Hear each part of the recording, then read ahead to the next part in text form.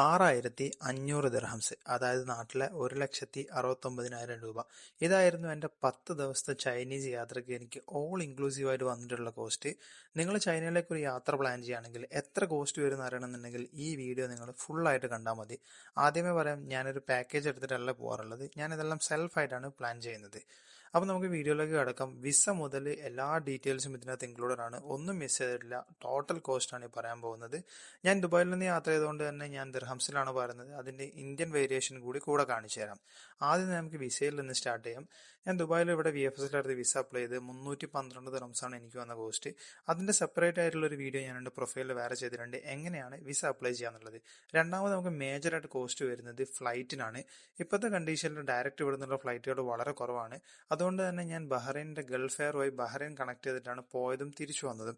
എനിക്ക് ഏകദേശം 2150 ദിർഹംസ് ആയിരുന്നു ഇതിനു വേണ്ടി ആയിട്ടുണ്ടായിരുന്നത്.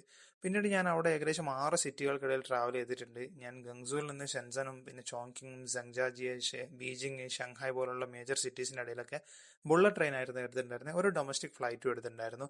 അതിനെനിക്ക് ഏകദേശം വന്ന കോസ്റ്റ് 1190 ദിർഹംസ് ആണ്.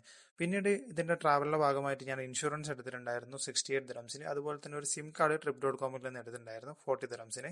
പിന്നീട് ഞാൻ അവിടെ ഹോട്ടൽസ്, ഞാൻ യൂഷ്വലി സിംഗിൾ ആയിട്ട് ട്രാവൽ ചെയ്യുന്നതുകൊണ്ട് തന്നെ, സോളോ ആയതുകൊണ്ട് തന്നെ ഞാൻ ഹോസ്റ്റൽസ് ആണ് പ്രിഫർ ചെയ്യാറുള്ളത്. Booking.comന്റെ ഹോസ്റ്റൽസ് നിങ്ങൾക്ക് പെർ ഡേ 40 ദിർഹം 50 ദിർഹംസിനൊക്കെ കിട്ടും. അങ്ങനെ എനിക്ക് മൊത്തം 10 ദിവസത്തെ താമസത്തിന് 480 ദിർഹംസ് ആണ് ചിലവായിട്ടുണ്ടായിരുന്നത്. പിന്നീട് മേജറായിട്ട് ഒരു കോസ്റ്റാണ് ട്രാൻസ്പോർട്ടേഷൻ എന്ന് പറയുന്നത്. കൂടുതലും എല്ലാ സിറ്റീസിന്റെ ഉള്ളിലും നമുക്ക് മെട്രോസ് ഉണ്ട്. മെട്രോസ് യൂസ് ചെയ്താണ് മാക്സിമം ട്രാവൽ ചെയ്ത്. പിന്നീട് ഞാൻ അവിടെ ടാക്സിക്ക് വേണ്ടിയിട്ട് അവിടുത്തെ ഊബർ ആയിട്ടുള്ള ദീദി എന്ന് പറഞ്ഞ ആപ്ലിക്കേഷൻ ഉണ്ട്, അതായിരുന്നു യൂസ് ചെയ്തിട്ടുണ്ടായിരുന്നത്. ട്രാൻസ്പോർട്ടേഷൻ എനിക്ക് വന്ന കോസ്റ്റ് 530 ദിർഹംസ് ആയിരുന്നു. പിന്നീട് ഫുഡിലെന്ന് പറഞ്ഞിട്ടുണ്ടെങ്കിൽ ഫുഡ് ഞാൻ അവിടുത്തെ എല്ലാവിധം അവരുടെ വെറൈറ്റി ഫുഡ്സും അതുപോലെ ഹോട്ട് പോട്ട്സും എല്ലാം ട്രൈ ചെയ്തിട്ടുണ്ട്. ഈവൻ ഇൻക്ലൂഡിങ് വാട്ടറിന്റെ കോസ്റ്റ് അടക്കം കൂട്ടിയിട്ടും 770 ദിർഹംസ് ആണ് എനിക്ക് 10 ദിവസത്തേക്ക് വന്നിട്ടുണ്ടായിരുന്നത്. പിന്നീട് മറ്റു മേജറായിട്ടൊരു കോസ്റ്റ് ആണ് അതൊരു ടിക്കറ്റ്സും അതുപോലെ തന്നെ ആക്ടിവിറ്റീസും. ഒരുപാട് സ്ഥലങ്ങളിലേക്ക് നമുക്ക് കയറുമ്പോൾ എൻട്രൻസ് ടിക്കറ്റ് എടുക്കേണ്ടതുണ്ട്. ഗ്രേറ്റ് വാൾ ആവട്ടെ, ടിയാൻമൻ കേവ് ആവട്ടെ, സങ്ജാജി നാഷണൽ പാർക്ക്, അതുപോലെ തന്നെ കാന്റോൺ ടവർ, ഇങ്ങനെ ഒരുപാട് കാര്യങ്ങൾക്ക് നമുക്ക് ടിക്കറ്റ്സ് എടുത്തതും അതുപോലെ അവിടുത്തെ ആക്ടിവിറ്റീസും എല്ലാം ഇൻക്ലൂഡ് ചെയ്തിട്ടുണ്ട്. 930 ദിർഹംസ് ആയിരുന്നു കോസ്റ്റ് വന്നിട്ടുണ്ടായിരുന്നത്.